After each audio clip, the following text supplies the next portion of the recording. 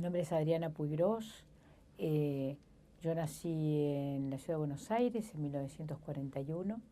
Me pusieron Adriana Victoria Puigros porque era la época de la guerra y me pusieron Victoria con la idea de la victoria de los aliados. En esa época mi padre militaba en el Partido Comunista y mi madre, que es rusa, había llegado en el año 31 con sus padres huyendo del comunismo. O sea, mi abuelo era un industrial ruso judío que vivía en Ucrania y cuando la NEP, la nueva política económica de Stalin, de Lenin, Stalin, se había enriquecido como industrial, de importador, exportador de autos, de vinos. Cuando la NEP, cuando la nueva política económica de Stalin, ahí le expropiaron todo, lo metieron preso. Y siempre contaba una anécdota que era que cuando llegó la policía a buscarlo, él se escondió en el sótano en un lugar de esos donde se guarda, un guardabaúles, y la policía fue rompiendo los candados de todos los guardabaúles y cuando llegó al de él, de casualidad, no lo rompieron, no abrieron la puerta y se salvó la vida. Entonces después de eso se fueron con toda la familia por China, salieron por China. O sea, se fueron primero hasta a tomar un tren que los hizo cruzar los Urales y fueron caminando un buen trecho con los contrabandistas, de personas, ¿no? Y salieron de China en un carguero japonés. Llegaron a Buenos Aires en 1931, en un día de 1931 que había elecciones, entonces no pudieron bajar del barco hasta el día siguiente, y al día siguiente volvieron, los esperaban acá unos parientes que vivían en la Argentina desde fines del siglo XIX o principios del XX. Entonces mi abuelo se instaló acá y al poco tiempo, llegó sin nada, y al poco tiempo ya era un industrial, que llegó a ser un industrial, a tener una pyme importante, digamos. Hasta ahí llegó. Pero, digamos, no quería mucho a los comunistas, ¿no? Y mi mamá, cuando llegó, tenía 17 años, se vinculó porque unas primas militaban en los alrededores del PC y iban a AYAP, que era la Asociación de Intelectuales, Escritores y Pintores, que fundó Aníbal Ponce. Y en AYAP mi papá era como el joven brillante, digamos, que daba conferencias, junto con Aníbal Ponce y otros. Y ahí lo conoció. ¿Cómo se llamaban tus padres? Mi papá se llamaba Rodolfo José Puigros, mi mamá Valentina Lapacó. Lapacó es acortado el apellido Shlapakov, que es el apellido de ellos. Cuando llegaron se cambiaron las edades, se cambiaron el apellido, se cambiaron todos. Sacaron años ya que estaban, que después fue un lío bárbaro llegar a saber cuántos años tenían realmente. Mi mamá después murió a los 98, así que si ella sacó a uno decía que tenía 97, pero la verdad que daba lo mismo. Bueno, entonces ahí se conocieron mis padres. Mi papá era el hijo mayor de una familia española, catalanes. Su papá era catalán. Mi abuelo Puigros, mi abuelo José, era catalán, nació a fines del siglo XIX. Pero lo interesante es que fue la guerra de las Filipinas, lo hirieron en la guerra de las Filipinas. Y él, por ser el hijo mayor de una familia catalana, de acuerdo a la tradición catalana, la hija mayor, es el que debe encargarse de la familia. No, él no era el mayor, creo que era el segundo, porque a él le tocaba ser cura. Después mi papá fue el mayor de su familia. Pero mi abuelo tenía que ser cura, estaba destinado a ser cura.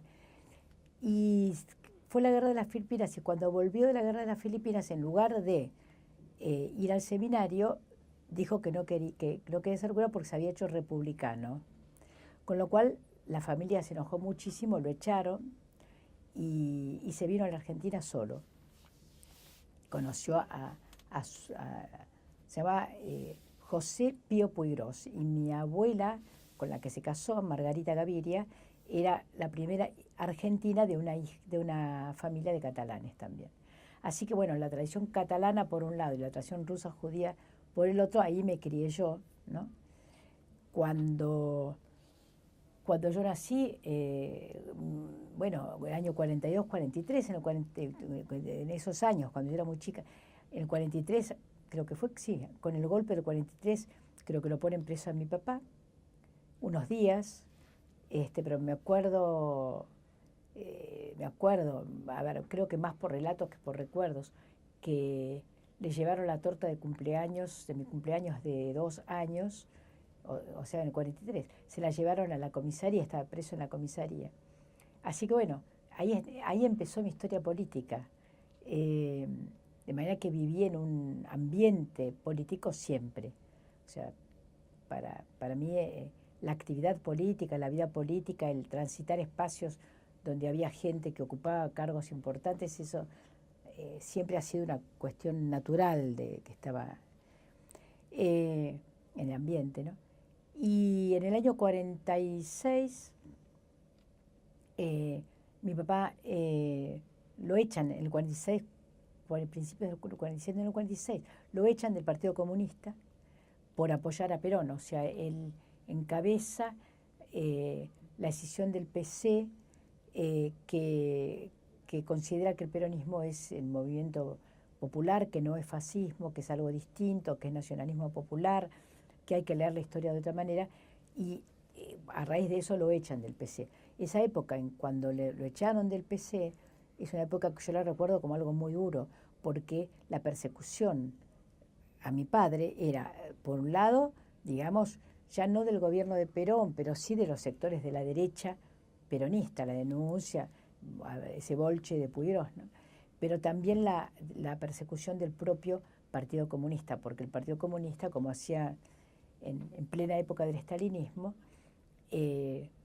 digamos, lo acusó. Yo recuerdo todavía un día en que nosotros íbamos a hablar por teléfono al bar de la esquina, no al bar, había un bar en la esquina, pero a la fiambrería de la esquina de mi casa, que quedaba en Paraguay, entre Andrés Argibel y Carranza, en el barrio de Palermo, y íbamos a hablar por teléfono a la esquina, y mi papá fue a hablar por teléfono a la noche, y lo agarró una patota del PC para pegarle o matarlo, lo que sea, y él empezó a gritar, ladrones, ladrones, y ahí salió la gente de la fiambrería y del bar y se salvó, ¿no?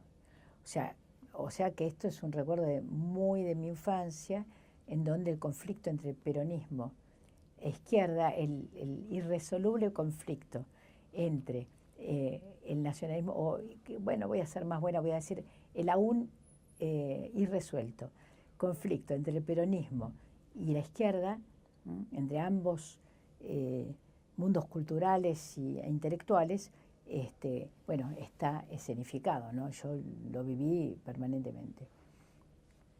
De la misma manera que viví en otra contradicción fuerte, que fue en un mundo católico, y mi papá era ateo, o sea, yo no estaba bautizada, no tomaba la primera comunión, pero iba a la escuela, y en la escuela, en la época de Perón, en la escuela había religión. Entonces, hasta el año 54 había religión, por lo tanto viví lo que era que a mí me sacaban del aula a la hora de la religión, me ponían aparte a leer un libro que se llamaba Moral, pero que era igual religión, ¿no? Recién en sexto grado tuvo una compañerita que era judía y que salía conmigo. Así que, digamos, el ángulo ese en donde se cruzan mal la religión católica, la religión judía en aquella época, muy mal se cruzaba con lo católico, no era apacible en los primeros años, sobre todo en los años anteriores al peronismo, ¿no? El ser judío en la Argentina no era del todo apacible. Y además yo era atea, con lo cual, digamos, mi infancia transcurrió en ese espacio, pero igual fue una infancia muy linda, porque, digamos, no era que veía esto pasivamente como víctima, sino al contrario, lo viví de manera muy activa porque mi viejo me llevaba con él a las reuniones políticas. Cuando él rompe con el Partido Comunista, cuando lo echan, funda lo que se llamó el Movimiento Obrero Comunista, que tenía una extensión bastante interesante en varias provincias, porque junto con él rompió también Eduardo Astezano, el historiador, con el grupo de Rosario y de Santa Fe, también Reinaldo Frigerio, de Pergamino, también el grupo también la Unión Ferroviaria, la célula de la Unión Ferroviaria del PC se fue, un sector de Mendoza, bueno, y entonces toda esta gente, mucha de esta gente formó el Movimiento Obrero Comunista. Y el Movimiento Obrero Comunista tuvo un desarrollo importante hasta el 55. 56, en el 56, bueno, unos se escondieron, que fue el caso de mi viejo, otros los pusieron presos y ahí se dispersó, ¿no? Pero, o sea, con la Libertadora se dispersó, pero bueno, de todas maneras, durante mi infancia era bastante divertido el ir, me acuerdo, por ejemplo, íbamos a una curtiembre, el dueño se llamaba Álvarez, que era, a ver, el mejor ejemplo de un empresario nacional, un industrial nacional, la burguesía nacional, era como que encarnaba de veras, lo digo, la burguesía nacional. Y se hacían las reuniones ahí. Entonces me acuerdo hasta ahora del olor del cuero, de las pilas de cuero, ¿no? Y ahí tengo amigas que hasta ahora son amigas mías, ¿no? Con las cuales me conocí ahí. Por ejemplo, Mara la Madrid, la viuda de Hellman, con Mara nos hicimos amigas ahí, en la curtiembre. Y después me acuerdo que íbamos mucho, se hacían reuniones en la casa de un dirigente que era dirigente ¿cómo se llamaron los que hacen placas, que dicen médico, bueno, y había tenido un sindicato, y este señor era don Pedro Valla, y que vivía en Herli, por ahí, en un lugar profundo. Me acuerdo que íbamos ahí, que tenía muchísimos hijos y nietos, y yo iba también, ¿no? O, por ejemplo, tengo grabadísimo el puente Avellaneda. Y muchísimas veces que íbamos a La Plata, muchísimas veces íbamos a La Plata. Pero el puente Avellaneda lo tengo muy grabado porque los domingos íbamos al puente Avellaneda, se encontraban ahí, entre varios, y en un café que en mi recuerdo, habría que ver, quedaba, del viejo puente estoy diciendo, quedaba abajo, quedaba como que uno, no sé, bajaba hacia y quedaba el café, siempre íbamos al mismo café.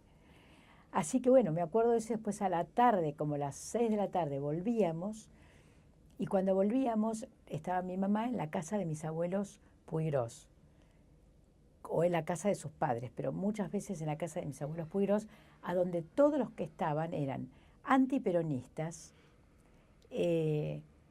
muy, muy vinculados a la jerarquía eclesiástica. Ninguno era muy rico, pero a ver, querían ser ricos. Y tenía un poco la cultura de la clase media alta argentina, y nos esperaban como para saltar y discutir, hablar con mi viejo de política y discutir todos, ¿no? Y ahí era, digamos, o era otro mundo, ¿no? Y en cuanto a tu militancia en alguna organización, ¿a partir de qué momento se empieza a dar? Yo empecé a militar en el peronismo en la escuela secundaria. O sea, ya en la escuela secundaria la militancia fue por la laica y la libre, obvio que yo estaba por la laica. Y me metieron presa porque tomamos la escuela en una comisaría, la comisaría de la calle Julián Álvarez. Lo curioso es que año 58, ¿no? La laica y la libre, tomamos la escuela 5 chicas. Yo era la peronista, después las otras una era independiente y las otras eran del PC. Y tomamos la escuela y yo me ubiqué en una especie de un lugar abajo que había, el normal 6 era, en un lugar, del portero, para hablar por teléfono. En el momento que estoy hablando a mi viejo, para decir, papá, tomé la escuela. De atrás, siendo una mano hacia así, miro, y era un tipo vestido de azul, porque la policía se vestía de azul en esa época, y era un policía de la comisaría de Julián Álvarez que nos llevó. Entonces siempre me acuerdo porque además el asunto es que nosotros habíamos cerrado la puerta de la escuela, la sellamos con lacre, creyendo que esa era una forma de asegurarnos que nadie iba a entrar. Lacre le pusimos.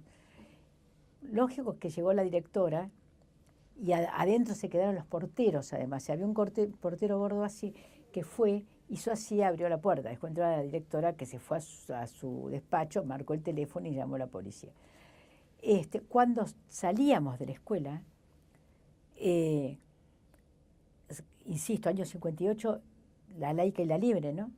Discusión sobre si se iba a permitir que el desarrollo de las universidades privadas, y que las universidades privadas otorgaran títulos por su cuenta, ¿sí? O si se iba a fortalecer la universidad pública. Y cuando salimos, hicieron hacer 2 filas a todas las chicas con los profesores adelante. Las que estaban con nosotros las habían sacado para afuera, las que nos apoyaban también estaban afuera, y afuera estaban de un lado las estudiantes, del otro los alumnos del Colegio Guadalupe, que eran varones, mujeres y varones, ¿no? Y nos gritaban de todo, mal. Pero lo peor fue que cuando salíamos, una de las profesoras me miró y me dijo, vos no tenés remedio, a vos habría que pelarte. ¿Qué le puede decir algo peor a un adolescente, alguien, que a vos habría que pelarte, ¿no? Bueno, nos llevaron a la comisaría y nos dejaron unas horas, nos trajeron unos sándwiches, los policías, unos especiales se llamaban, ahora no sé cómo se llaman, de jamón y queso con unas Coca-Colas. Bueno, era 1958, no, digo, 20 años después, no hubiéramos salido vivas. Y después nos reincorporaron, después sacó como primero nos expulsaron, a nosotras y a los de todas las escuelas de Buenos Aires y de muchos lugares del país. Después sacaron un decreto, el Ministerio de Educación, reincorporándonos, y terminé la escuela normal, ¿no? ¿Y seguiste militando en alguna organización? Enseguida no, porque estudié un año de arquitectura, después me fui a La Plata para estudiar arquitectura en La Plata y para vivir con mi amiga Mara, para vivir las 2 solas. En esa época, para irse de tu casa tenías necesariamente que irte a estudiar a otra parte, que era la excusa. Se fue a estudiar, mi hija, no es que se fue a vivir sola, se fue a estudiar a la universidad. Bueno, entonces nos fuimos a estudiar a la Universidad de La Plata, o bien casarse. Entonces nos fuimos a estudiar a la Universidad de La Plata, a Bellas Artes, y un poco arquitectura y Bellas Artes. Yo estudié las 2 cosas y en Mara Bellas Artes, creo. Y ahí estuvimos cerca de un año, y después Mara medio se enfermó, no estaba bien, y yo decidí casarme. Tenía un novio y decidí casarme e irme a vivir a Jujuy. Y bueno, y eso hice, me casé, me fui a vivir a Jujuy. En el trámite, mientras del casamiento, me embaracé, y en Jujuy todo el tiempo que estuve como maestra en 2 escuelas, en una escuela en Bárcena, que queda en La Quebrada, entre León y Volcán, queda Bárcena. Ahora hay una escuela, esa era una escuela rancho donde yo enseñaba, muy lindo porque se veía así toda la barranca del Río Grande.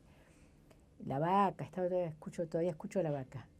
A la mañana cuando llegaba estaba la vaca, muy lindo. Y ningún chico hablaba español, ¿no? O sea que fue una experiencia, fueron meses, pero fue una experiencia fuerte. Después trabajé en la cárcel de mujeres de la ciudad de Jujuy como maestra, no en la cárcel, en la escuela de la cárcel de mujeres. Y después, nada, ya iban a ser mi bebé, mi marido no tenía trabajo y a mí se me acabaron las suplencias. Entonces volvimos a Buenos Aires para que naciera mi hijo. Bueno, mi hijo mayor, Pablo. Y ya en Buenos Aires volví, ahí dije, porque para todo eso yo pintaba, ¿no? O sea, yo quería ser pintora. Había estudiado con Berni, con Raquel Forner, había estudiado. pero mi mamá sobre todo y mi viejo también entró en que tiene que tener una profesión, de qué va a vivir. Con lo cual lo convencieron a Bernie que me dijera, porque era muy amigo mi papá de Bernie, que me dijera que mejor yo hiciera la escuela normal, por eso entré a normal.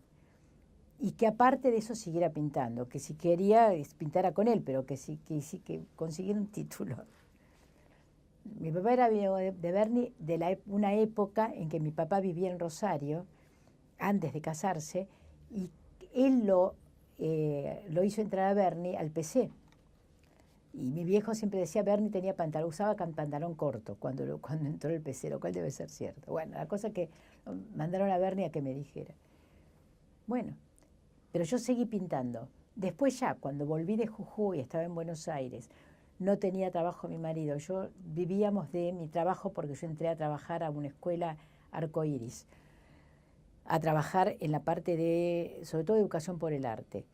Y ya ahí un día dije, bueno, no puedo, porque pintaba y manchaba todo, no tenía plata para ir a un taller, tenía que trabajar y además que militar, porque era como obligatorio militar, tengo que militar en alguna parte. Entonces agarré el caballete, las pinturas, todo. Lo regalé todo. Dije, así fue como un corte terrible, espantoso, que no tenía que haber hecho, pero que hice, y no fui más pintora. Entonces dije, a ver, ¿qué puedo? Me gusta mucho la educación y como había empezado a trabajar en educación por el arte, dije, bueno, voy a estudiar pedagogía, ciencias de la educación, porque ahí me voy a recibir. Voy a llegar a tener el título universitario que mis padres quieren. Y entré a la facultad. Entré a la facultad y tuve la suerte de tener algunos profesores importantes, como Gregorio Weinberg y como Arminda Verasturi en psicoanálisis. Bueno, fue una época muy, muy buena de la carrera de Ciencias de la Educación, muy buena. Y durante la carrera, sí, milité porque fundamos con Ernesto Laclau, con Analía Pairó y con Blas Alberto, otros compañeros, fundamos el FAU, era, sí, Frente de Acción Universitaria, que fue el primer grupo universitario de izquierda, digamos, de izquierda peronista, de izquierda, sí, de izquierda a que se acercara al peronismo. No era exactamente peronista, pero era lo más cercano. Y en las elecciones del año, no sé, 63 debe haber sido, lo elegimos, Ernesto salió elegido consejero superior. Entonces ahí, bueno, me acuerdo siempre que hicimos una fiesta inmensa, esa fue el momento cumbre de mi militancia, porque creímos realmente los estudiantes que habíamos tocado el cielo, que era como haber tomado el poder realmente, que haber podido poner un consejero superior en la UBA. Y cortamos la calle Viamonte, porque la Facultad de Filosofía y Letras estaba en Viamonte. O sea, hay un libro de Ernesto que está dedicado justamente a Viamonte, ¿no? Y entonces cortamos la calle Viamonte y bailamos hasta no sé qué hora de la noche ahí, y en un bar que quedaba enfrente, que se llamaba El Coto, porque estaba el Sócrates o el Platón, no sé, el que está siempre cerca de la facultad, estaba en la otra esquina, pero ahí estaba El Coto. Entonces, entre ese bar y la calle que cortamos, estuvimos bailando. Entonces fue el momento así de mayor triunfo en la política de toda mi vida.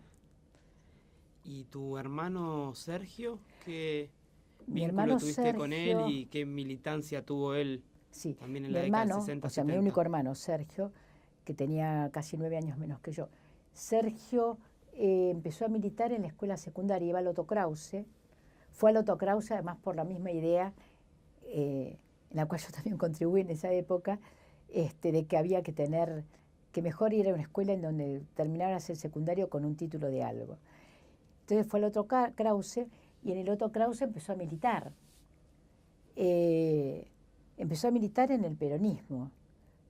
¿En qué agrupación? La verdad es que no me acuerdo, pero sí que cayó preso en el 68, en un momento en el cual, el 68-69, que cayó muchísima gente presa. Bueno, él cayó en esa. y estuvo, no sé, como un mes y pico preso. Después de eso, entró al MRP, el MRP, el Movimiento Revolucionario Peronista, el que estaba vinculado con el sindicato de navales, ¿sí? Yo también había entrado al MRP por mi cuenta, me encontré ahí que Sergio también había entrado al MRP. Y militó en el MRP hasta que el MRP entró a Montoneros. O sea, prácticamente toda la conducción del MRP entró a la organización Montoneros entre el 72 y el 73. Yo fui, creo que la última que me vinculé con Montoneros ahí en la periferia, porque siempre era un intelectual, eso era como, no era muy brillante ser intelectual. Y entonces, pero Sergio sí, entró a Montoneros y fue un dirigente importante de Montoneros. O sea, cuando lo mataron en el 76, lo acababan de nombrar oficial mayor, o sea, uno de los rangos más altos de la organización Montoneros. Y hasta ahora yo sigo recibiendo testimonios, escucho, me cuentan, no es que los busque, me cuentan, testimonios de amigos, etcétera. Sergio fue un gran combatiente, de hecho murió combatiendo, o sea, logró bajar de la casa que habían cercado, dar vuelta a la esquina de Sarmiento y Paraná, y sí, con un ametrallador, y lo mataron ahí. Pero además, parece ser que, digo, hay partes que digo parece ser porque como yo me fui en el 74, o sea, después lo voy a comentar, no lo vi a Sergio, la última vez que lo vi a Sergio fue el 21 de septiembre del 74, el día que, creo que fue ese día que mataron, el día anterior que mataron, ay, se me hizo una laguna. Bueno, ya lo voy a decir. Había una lista, el primero era Tilio López, que lo mataron, el segundo... Troxler. ¿Era? Troxler. Era Troxler, la tercera era yo. Entonces, cuando... Yo no sabía que era la tercera, bueno, yo después hablo de eso, tuve muchísimas amenazas, pero cuando me iba, me encontré con Sergio abajo del puente Saavedra, y Sergio, que estaba muy en contra del exilio, decía que había que quedarse, tenía esa postura, teníamos una discusión sobre eso. Sergio me dijo, andate porque la próxima sos vos, lo acaban de matar, han matado a Troxler, ¿no? Pero cuando a Sergio, Sergio parece ser que, por eso digo parece ser, porque del 74 al 76 no lo vi. Tengo algunas cartas de él, sí, pero fue una comunicación complicada, ¿no? Él estaba en la clandestinidad. Porque en diciembre del 75 cae desaparecida mi cuñada Violeta, la esposa de Sergio. Estuvo desaparecida un mes más o menos y apareció luego en Olmos, en la cárcel de Olmos, y después lo mandaron a Devoto, estuvo 5 años. Entonces ya en esa época Sergio estaba completamente clandestino, de manera que la comunicación con Sergio era una cosa muy complicada. Lo que sí es que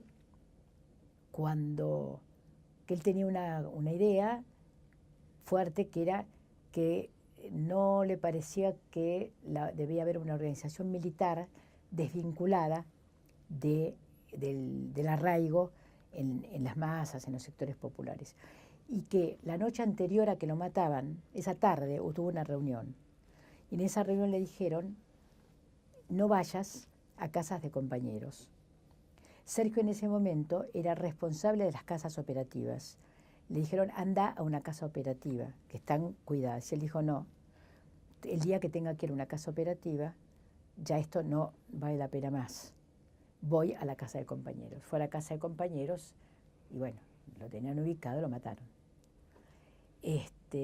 Así que, digamos, tenía algunas ideas que además ya venía en una disidencia de Columna Norte, en una discusión que, bueno, que yo no puedo reproducir porque no tengo el testimonio directo, ¿no?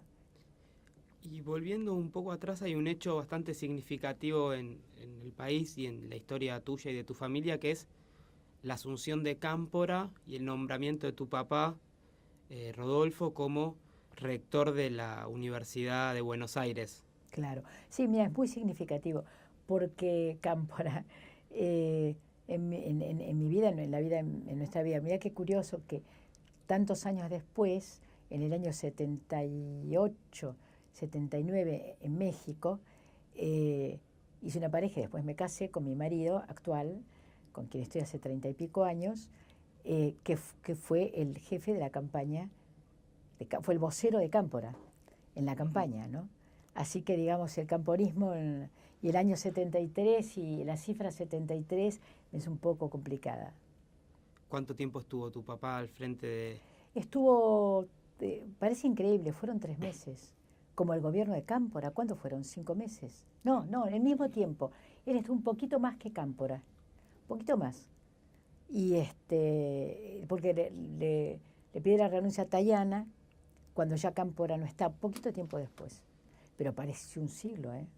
Quiere decir que en la historia es muy importante cada hecho político, cada cosa que uno hace, ¿no?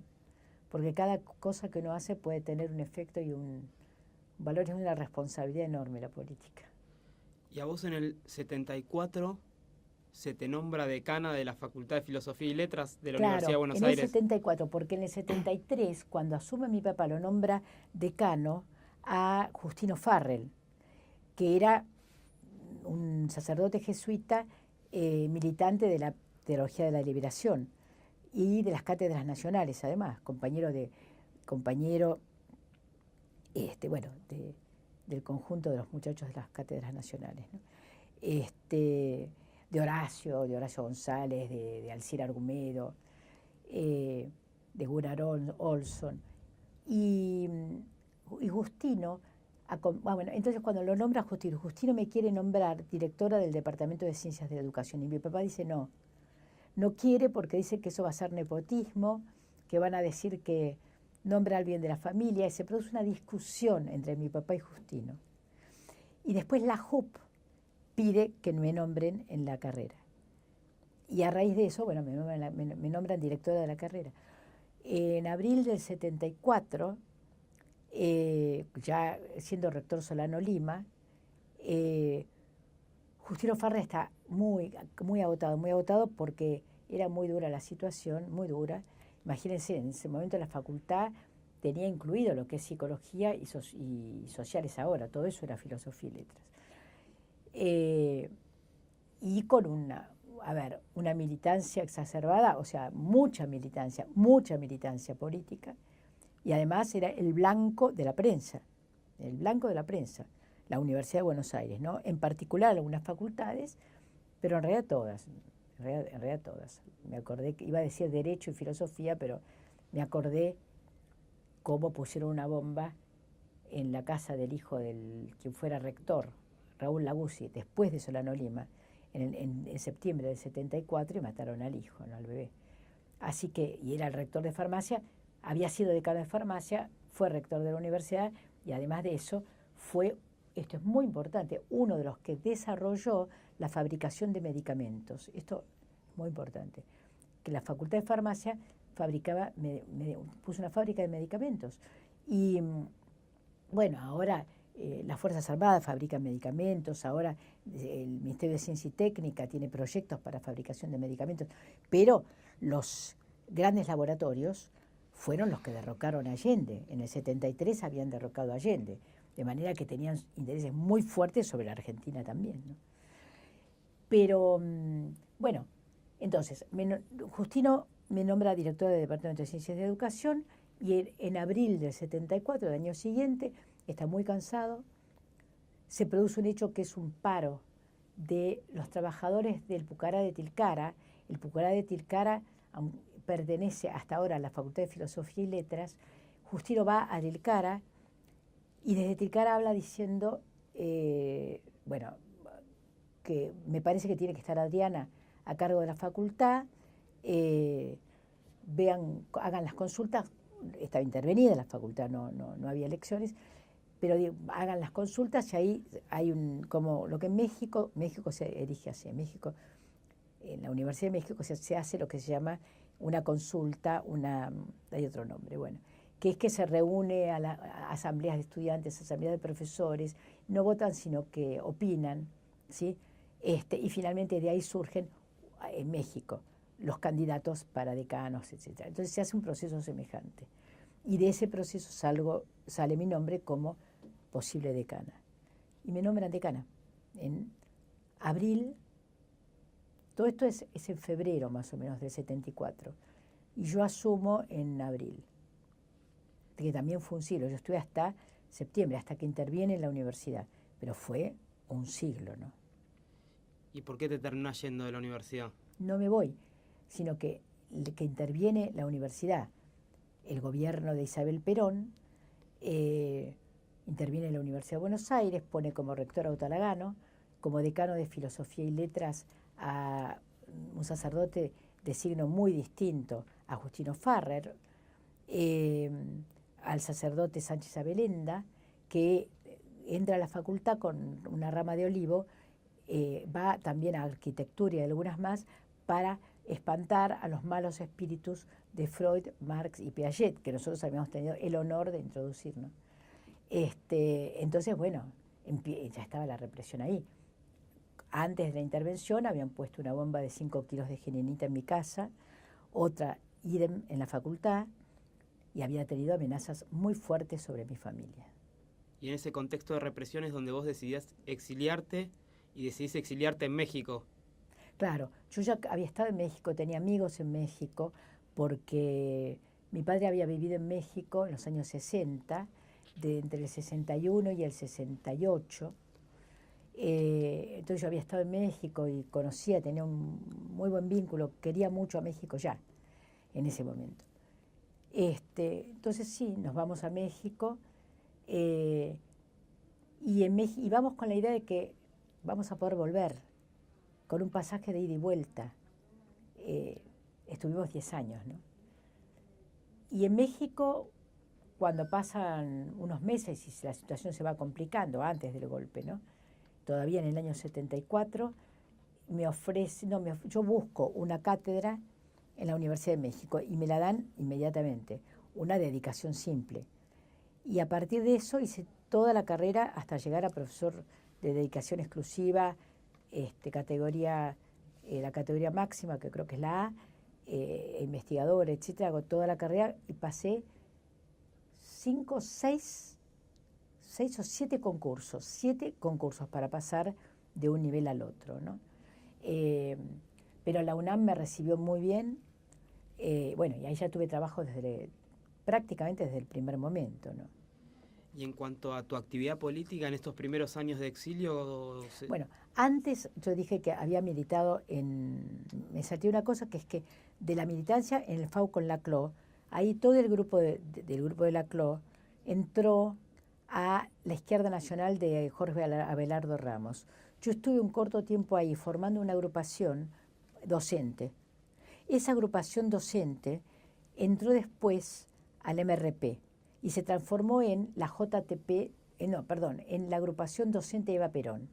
Esa agrupación docente Eva Perón entró después a Montoneros y se llamó la JTP docente. Entró a la JTP y fue la JTP docente. Bueno, hasta ahí llegué yo con la militancia en la Argentina y luego en la universidad. En México, cuando yo me fui de la Argentina ya tenía diferencias muy importantes con los montoneros, muy importantes, o sea, mi pasaje por los montoneros fue corto y conflictivo. Y en México, al principio, durante el año, a comienzos del 75, digamos, tuve alguna vinculación con ellos en el exilio, llevaban, digamos, por informaciones de cómo estaban los compañeros o nada, pero yo fui la primera persona, la primera que yo exilada. Había alguna gente, algunos argentinos que están becados en México, el caso de becados o estudiando. Noé Gitric, por ejemplo, estaba un profesor que estaba en México haciendo una estancia, pero no pudo volver porque la amenazó la AAA y Tunura Mercado tuvo que irse para allá, su esposa, bueno. Pero como digamos, exilada, yo fui la primera. Mi padre llegó no mucho después, no, en esa época mucho era un mes, 2 meses, llegó después. Y ahí, cuando llegó mi padre, al rato llegó Righi, llegó todo un grupo de Esteban Righi, ¿no? Quien fuera Procurador General de la Nación, y otros compañeros más. Pero bueno, nada, me perdí. Y en el 75 se empiezan a formar Sí. los comités de solidaridad, Sí. ¿no? El que funda tu padre. Claro, a eso iba, porque, digamos, cuando mi padre llega, mi padre cuando llega, de año 74 que llega, hasta cuando lo matan a mi hermano en el 76, él no trabaja con ningún grupo político en particular, se dedica a los derechos humanos, y lo va a ver todo el mundo, los montoneros, el LERP, a ver, hasta el PC creo que lo veía, no sé, todos. El peronismo que no era montonero, a ver, todos los grupos que pasaban por el exilio lo veían. Y él era un muy buen conecte con el gobierno mexicano para toda la cuestión de derechos humanos y de instalación de quienes iban llegando cada vez más exilados a México. Él y quien en ese momento era su segunda compañera, Delia, se ocuparon mucho de los exilados. Recién en el 76, cuando lo matan a mi hermano, es que él se vincula con montoneros. Más, digamos, tiene una vinculación más orgánica. Desde el 76, cuando fundan el movimiento peronista montonero en Roma, desde ese momento, que creo que es abril del 77. Sí. Pero ya desde el 70, cuando lo matan a Sergio, él haya es un vínculo con montoneros que dura hasta que muere en el 80, son unos 3 años y medio más o menos. ¿Y vos tenías discusiones en torno a la Yo caracterización estaba muy política con tu peleada. papá? Yo tenía discusiones con mi papá, fue la única vez en la vida en que tuve una postura distinta que mi papá. Sí, tenía discusiones, pero nos veíamos mucho y nos veíamos en un bar.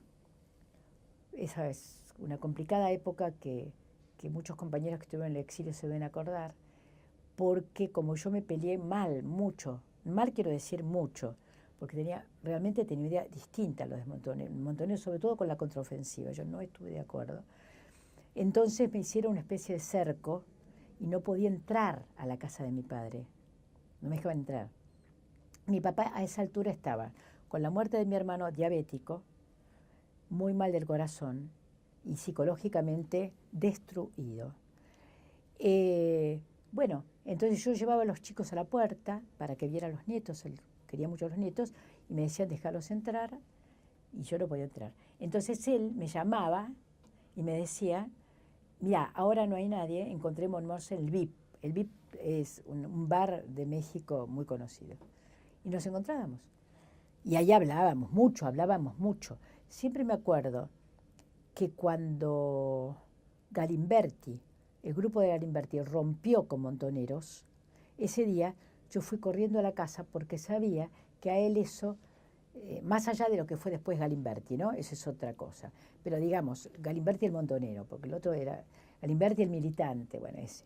Cuando rompe, que no es solo Galimberti, que es un grupo importante de dirigentes, y yo sabía que eso le iba a doler mucho, porque le iba a traer nuevamente, digamos, la presencia de mi hermano, ¿no? Y fui a la casa y entré, ese día entré, y me acuerdo que lo vi muy conflictuado, muy conflictuado con ese tema, ¿no? Yo creo que entre otras cosas murió con esa contradicción adentro, ¿no? De lo que estaba pasando y la derrota, el claro camino de la contraofensiva, ¿no? Y en cuanto a... ahí en México se recrean ciertos espacios de discusión intelectual entre distintos grupos, lo que fue controversia y otros espacios. ¿Vos participabas de alguno de estos espacios de discusión? Sí. Esto fue así. Cuando, más o menos, después del golpe, antes del golpe lo que había era sobre todo acciones de solidaridad. Creo que fue después del golpe que se fundan 2 instituciones. Una es la Casa Montonera, que ahí estaba mi papá, es después del 76, sí, es después del golpe. Y la otra es la Casa Argentina de Solidaridad, donde estábamos todos los demás, que el presidente era Noé Gittrick. En la CAS fue muy interesante porque más o menos en el año 80 hicimos elecciones, en el 80, 81, por ahí. Hicimos elecciones, era muy raro. Hoy uno habla de elecciones, bueno, tenemos incorporado el funcionamiento, digamos, constitucional, llamémoslo democrático. Pero en ese momento, ¿cuál sería la inscripción que teníamos los argentinos sobre la imposibilidad de la democracia? Que elecciones era algo que se va a hacer elecciones, pero a ver, son medio liberal si vas a hacer elecciones, era así, ¿eh? Y tuvimos esa discusión, si había o no que hacer elecciones, y finalmente se decidió hacer elecciones. Y hubo varias listas en la Casa Argentina de Solidaridad, ¿no? Una era la lista socialista, donde estaba básicamente Aricó y Portantiero eran quienes la encabezaban. Otra era había una lista peronista.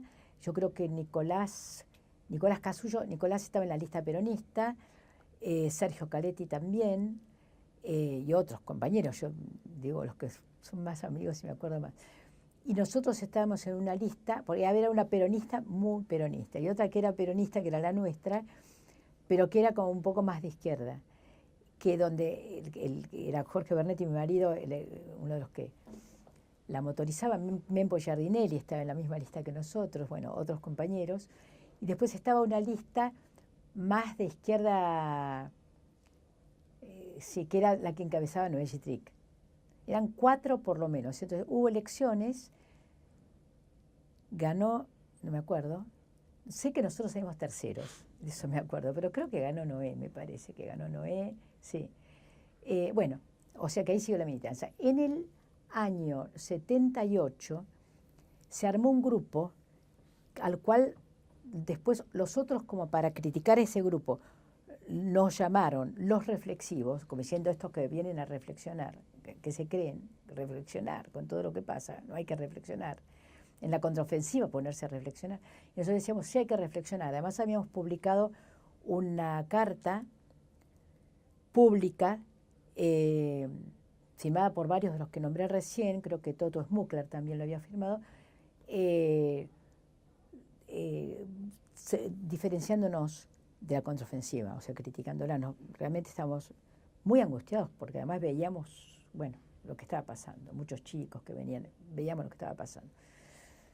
Entonces, se fundó este grupo de reflexivos, que a mí me llamaron para que participara cuando ya tenía unos meses de funcionamiento. Y en el grupo de los reflexivos estaban Nicolás Casullo, Sergio Caletti, Juan Añón, que había sido uno de los secretarios generales uno de los secretarios de las seccionales de la JTP, el secretario general de la JTP, Guillermo Greco, estaba el Toto Smukler, estaba Carlos Ávalo, economista, periodista, de alguno me olvido, sí, estaba Todesca, que hoy es un economista de la derecha peronista, y yo, creo que éramos 9, me estoy olvidando de alguien. Entonces, sí, Miguel Talento, que fue mi amigo, que era mi amigo, habíamos juntos pasado todo el tema de romper con los montoneros, lo había sufrido tanto como yo, juntos lo habíamos sufrido eso, y entonces fue Pancho quien me llamó para que participara de ese grupo. Y ese grupo fue muy, muy interesante porque duró hasta que terminó el exilio y bueno, fue un grupo de reflexión, de discusión política que tuvo su incidencia y yo creo que lo que ahí se reflexionó, yo creo que la historia dirá que mucho de eso permeó, como lo que en otros lugares del exilio se discutió también, obvio, pero que permeó en muchas cosas de la política actual. Uno se encuentra gente que estuvo en uno o en otro grupo, en México o en España o en otro lugar del exilio, que pasaron por lugares en donde hubo discusión, ¿no? La revista Controversia fue una revista que sacó el otro grupo, Portantiero y Aricó. Lo que pasa es que incorporaron a Nicolás creo que Sergio Caletti también, en la mesa de redacción como dos compañeros del grupo de los reflexivos. Y tanto Jorge como yo, como otros, escribimos bastante en Controversia. Fue una revista fantástica, fantástica. De alguna manera tenía un elemento del topo, que fue una revista española de esa época, maravillosa, maravillosa revista, que era como la de la socialdemocracia joven, ¿no? No esta socialdemocracia, digamos, la socialdemocracia que parecía que algo iba a ser. Nosotros no éramos socialdemócratas, pero Aricó y Portantiero sí, se habían inclinado a la socialdemocracia. Lo que yo te quería preguntar es, ¿qué vínculos vos seguías manteniendo con la Argentina y cómo se informaba la comunidad de exiliados en México de lo que pasaba en nuestro país? Bueno, información teníamos, no había internet, hablábamos por teléfono de los teléfonos públicos rotos, y entonces hablábamos mucho, las familias que nos visitaban y los exiliados que venían, ¿no? O sea, exilio hubo todo el tiempo, hasta el último momento, porque finalmente empezaron a venir aquellos que, presos después de Malvinas, aquellos que eran liberados, bueno, Eduardo Josami, bueno, muchos otros compañeros, ¿no? Que venían en esa época. Entonces, digamos, información teníamos. Además, los diarios mexicanos informaban sobre la Argentina. De hecho, además, Jorge dirigía la página editorial del diario El Universal, que es como, El Universal es como si hubiera sido, no quiero comparar porque, bueno, uno de los diarios más importantes de México, un tabloid, y cuando él llegó, al poco tiempo, el trabajo que le dieron fue, por amistades, y creo que a partir de Carlos Ulanowski, fue dirigir la página editorial nacional del Diario Universal. O sea que llegó México, que es un poco complicado, y se puso a estudiar historia mexicana como loco y recibía a los personajes más increíbles de la política mexicana y decidía qué artículo ponía, que cuando no, una página diaria. Así que, bueno, por esa vía, más todos los periodistas que trabajaron en el gobierno mexicano, estábamos conectados, muy conectados. O sea, de hecho, en el gobierno de López Portillo, creo que el jefe de prensa de comunicación de López Portillo era Federico Fasano, un uruguayo que fue el dueño del diario La República hasta hace poco tiempo, y el equipo de periodistas, ahí estaban todos los que nombré. Eran ese equipo de periodistas que eran los, digamos, el encargado de la información que le llegaba a López Portillo a la mesa. Era ese el equipo, ¿no? Con algunos mexicanos, pero pusieron un grupo importante de exiliados argentinos. ¿Y cómo te enterás vos del asesinato de tu hermano en la Argentina? Bueno, sale en el diario y alguien se entera en México y me lo viene a decir, entonces mi familia hablan a Buenos Aires y un tío mío, mi tío Oscar, que se había ocupado, le habían entregado el cuerpo por suerte, dice que así fue. Yo estaba en ese momento con Mario Margulis y algunos psicoanalistas como Nacho Maldonado y otros en un grupo de estudio que teníamos, y bueno, vienen y me dicen. Y otra pregunta que quería hacerte era, México tiene una particularidad que ha sido un lugar de muchos exilios, no solo argentinos, sino latinoamericanos en general, del Cono Sur e incluso también de Centroamérica, ha sido un receptor de muchos exiliados. ¿Vos crees que ese contexto, en el momento de la década del 70, influyó en tu desarrollo intelectual Sí, claro. El contexto mexicano influyó muchísimo.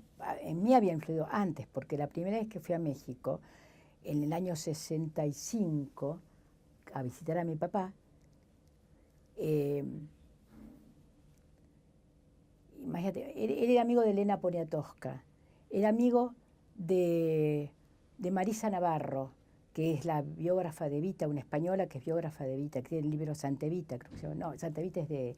Es De Eloy Martín. No, pero tiene una biografía, uno o dos libros sobre Evita. Era, a ver, era amigo de Reyes Heroles, qué sé yo, en ese momento el PRI estaba en el gobierno, pero además el PRI en los años 60 todavía tenía toda la pátina de revolucionario. Entonces mi viejo, que era peronista, o era de la izquierda peronista, pero que era, digamos, peronista, defensor del peronismo, no pudo menos que ser defensor del PRI, ¿no? Y ver el PRI como uno lo podía ver en ese momento, además, ¿no? Porque la izquierda mexicana era pobrísima, no existía. O sea, el PRD es una formación muy, muy posterior. Y entonces, cuando llego,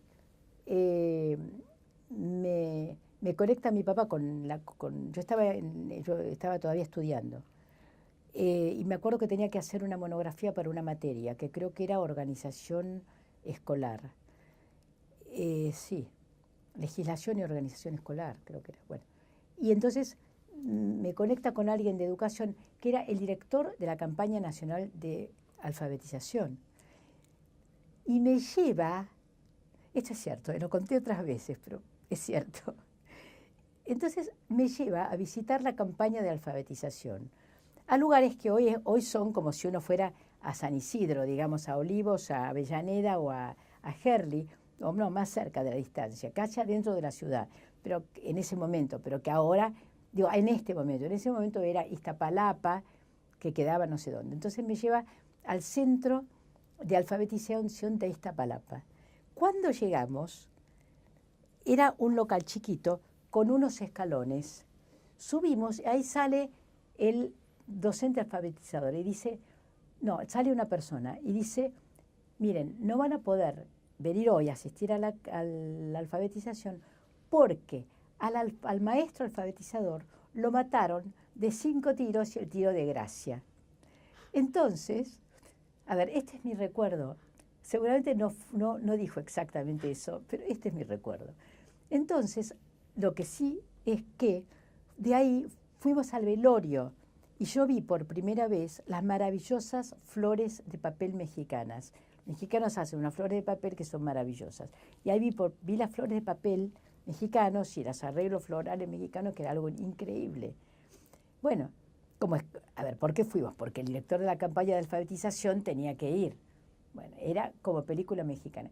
Entonces, ese viaje mío a México fue muy fuerte y yo quedé muy conectada con la cultura mexicana. Cuando volví era como mi país y los 10 años que viví, y de ahora cuando pasan 2 años, y creo que nunca pasaron 2 años desde entonces sin que yo volviera a México, de alguna manera me las arreglo para ir a México. Y de hecho tengo hay un grupo de investigadores, una investigación importante, que no la dirijo yo ahora, la dirige una investigadora que es Marcela Gómez Ollano, que se hace en México, que se hace en Argentina, en la UBA, la dirige Lidia Rodríguez, se hace ahora en Colombia y en Brasil. Y ese programa de investigaciones empezó en México en el año 82. APEAL. APEAL, que es Alternativas Pedagógicas y Prospectiva Educativa en América Latina, sí. Y que tenía que ver con darle algún sentido o un marco de investigación a todas estas experiencias educativas que... Yo sé quién te contó. Que vos que habías estado en contacto en tu estadía, digamos, en el exilio mexicano. Sí. Claro, yo daba un seminario en la Facultad de Filosofía y Letras, que tenía varias materias, teoría pedagógica, pedagogía, y daba un seminario de historia de educación latinoamericana. A ese seminario venían alumnos, era de posgrado, y venían alumnos de muchos países. y hacían tesis sobre sus países. Y entonces en algún momento nos dimos cuenta que había una recopilación impresionante, que podía haber una recopilación impresionante de experiencias educativas por lo que se hacía en el seminario. Entonces los estudiantes me propusieron que hiciéramos algo así como un banco de datos. Y Alternativas Pedagógicas fue una discusión muy fuerte porque en ese momento estábamos todavía en plena guerra centroamericana, todavía ya no el sandinismo, ya es la guerra salvadoreña. Entonces, la discusión sobre si la educación popular depende, es muy parecida a mi discusión con los montoneros, es muy parecida. O sea, si la educación popular depende absolutamente de las consignas políticas, si la palabra generadora de Freire es un derivado de las consignas políticas de una organización para alfabetizar, o bien, ¿sí?, la palabra generadora de Freire para alfabetizar surge de la conversación, de la elaboración de la cocina, ¿sí?, cultural de la gente, ¿no? Esta era una discusión muy fuerte. Nosotros hablamos de alternativas en ese momento, ¿sí?, porque decíamos nosotros, no, es muy difícil decir qué es lo popular y qué no es lo popular. Éramos bastante peronistas en eso. Yo creo que yo era muy peronista y si bien las investigadoras que lo empezaron conmigo, que eran alumnas que después son quienes ahora lo dirigen, eran mexicanas, no podían ser peronistas, pero digamos, pensamos de esa manera. No puede ser blanco o negro, pero popular o no popular, no. Entonces, por eso surgió la categoría alternativas. Ahora hay como fácil 10 libros sobre ese tema, fácil. Incluso con ese nombre, Alternativas Pedagógicas o Discusión sobre Alternativas Pedagógicas. Publicados acá, en México, hay cosas en Brasil, hay mucho. A partir de esa discusión, ¿eh? Y entonces el proyecto, bueno, fue un proyecto muy fructífero hasta ahora. Y en términos personales, ¿cómo fue la crianza de tus hijos en el exilio?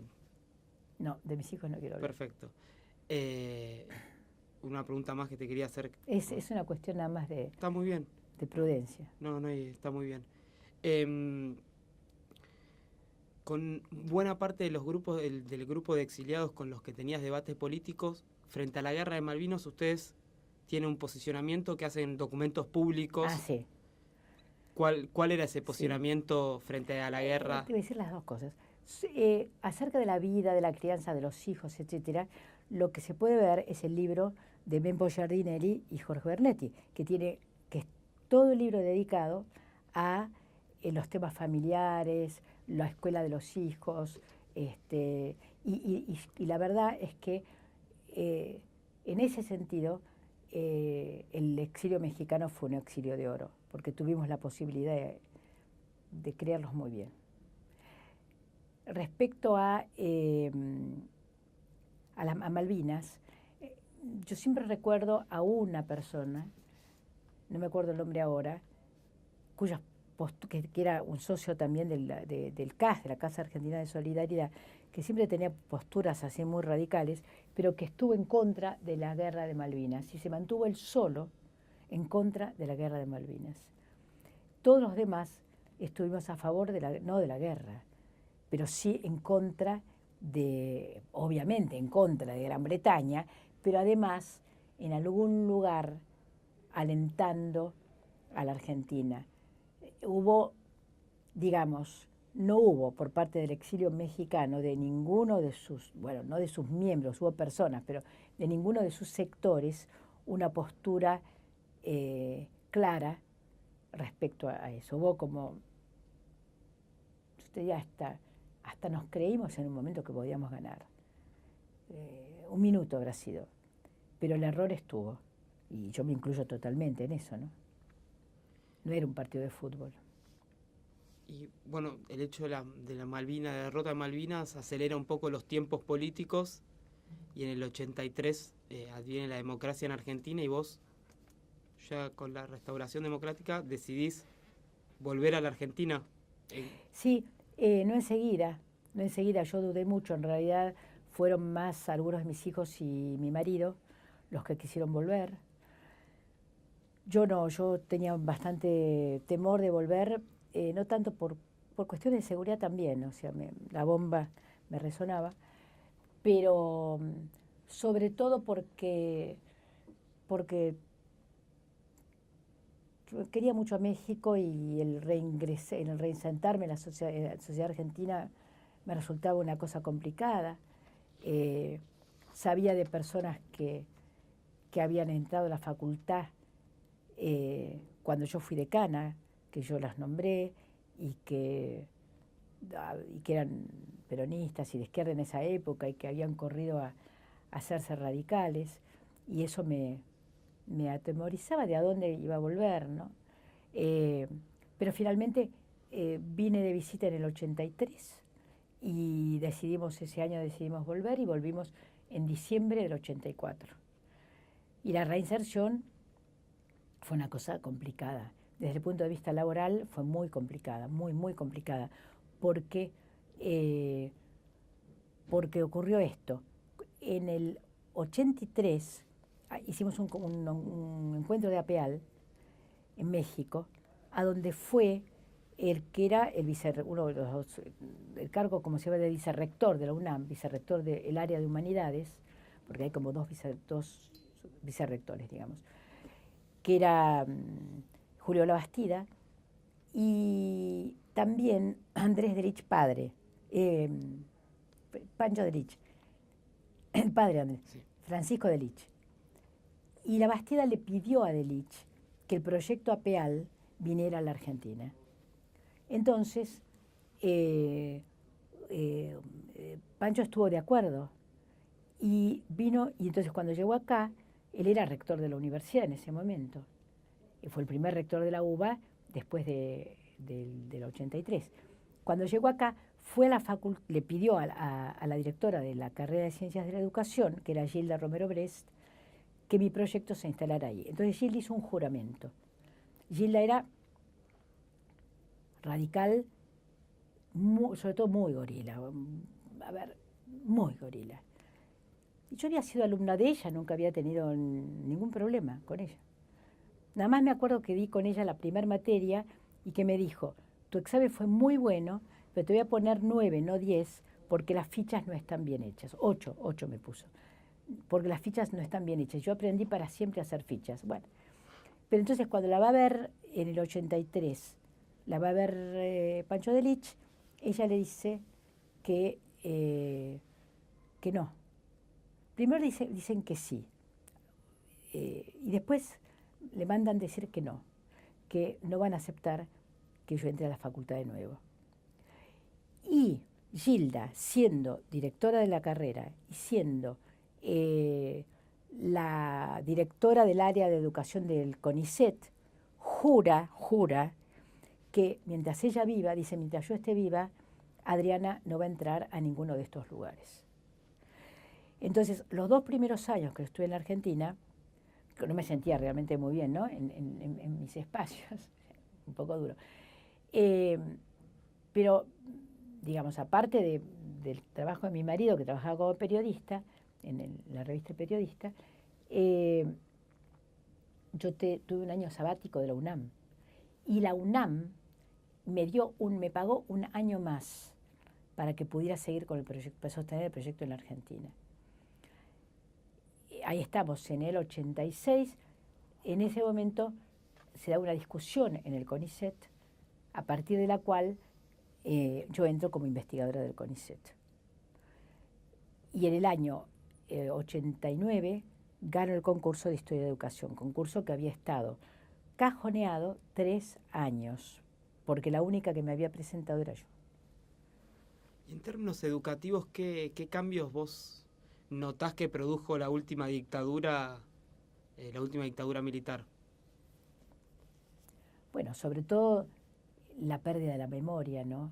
O sea, sobre todo, digamos, la orden, un mandato profundo del cual se hizo cargo no lo que ha llamado siempre la dictadura militar, sino la dictadura cívico-militar y todo ese ángulo de la sociedad único que lo sostuvo, ese registro de lo social, ¿no?, que sostuvo la dictadura, que de un mandato que fue el de la pérdida de la memoria. Yo creo que gran parte de los problemas de aprendizaje educativos que hay hoy tienen vinculación con ese mandato. Y creo que esto es lo más terrible que produjo la dictadura. Obviamente, los secuestros, el otro día estaba viendo por Canal Encuentro unas imágenes que me impactaron muchísimo porque eran en torno a Pablo Slemenson, que era el secretario general de la UES, que murió en la tortura, ¿no? Y yo tenía mucha vinculación en la facultad con Pablo Slemenson, inteligentísimo Pablo. Entonces eso fue lo peor. Pero la pérdida de la memoria es de una enorme profundidad. Yo creo que tarda mucho la sociedad argentina. Bueno, a lo mejor no que tarda tanto. Hay sociedades que decidieron no acordarse nunca. Por suerte nosotros, y sobre todo después de que Néstor bajó el famoso retrato y que empezaron los juicios y que se derogaron las leyes de obediencia debida y punto final, que ahí lo que me sale es empezamos a revivir. Esto es lo que me sale decir. Y a lo mejor es porque ahí empezamos a recordar. Y recordar es muy importante, ¿no? Para algún día poder, sí, no estar acordándose todo el tiempo. ¿Algo más que quieras decir que hayas sentido que no te pregunté? No, que me gustó muchísimo ser ministra de Educación de la provincia de Buenos Aires, que me gustó muchísimo, que creo que si me dieran a elegir es lo único que haría de nuevo. No podría porque es de un cansancio terrible, pero me gustó muchísimo y que me gusta mucho ser diputada. Me gustó mucho presidir la Comisión de Educación de la Cámara de Diputados y me gusta mucho ser diputada. Pero en realidad lo que más me gusta de todo es escribir. Muchas gracias, Adriana.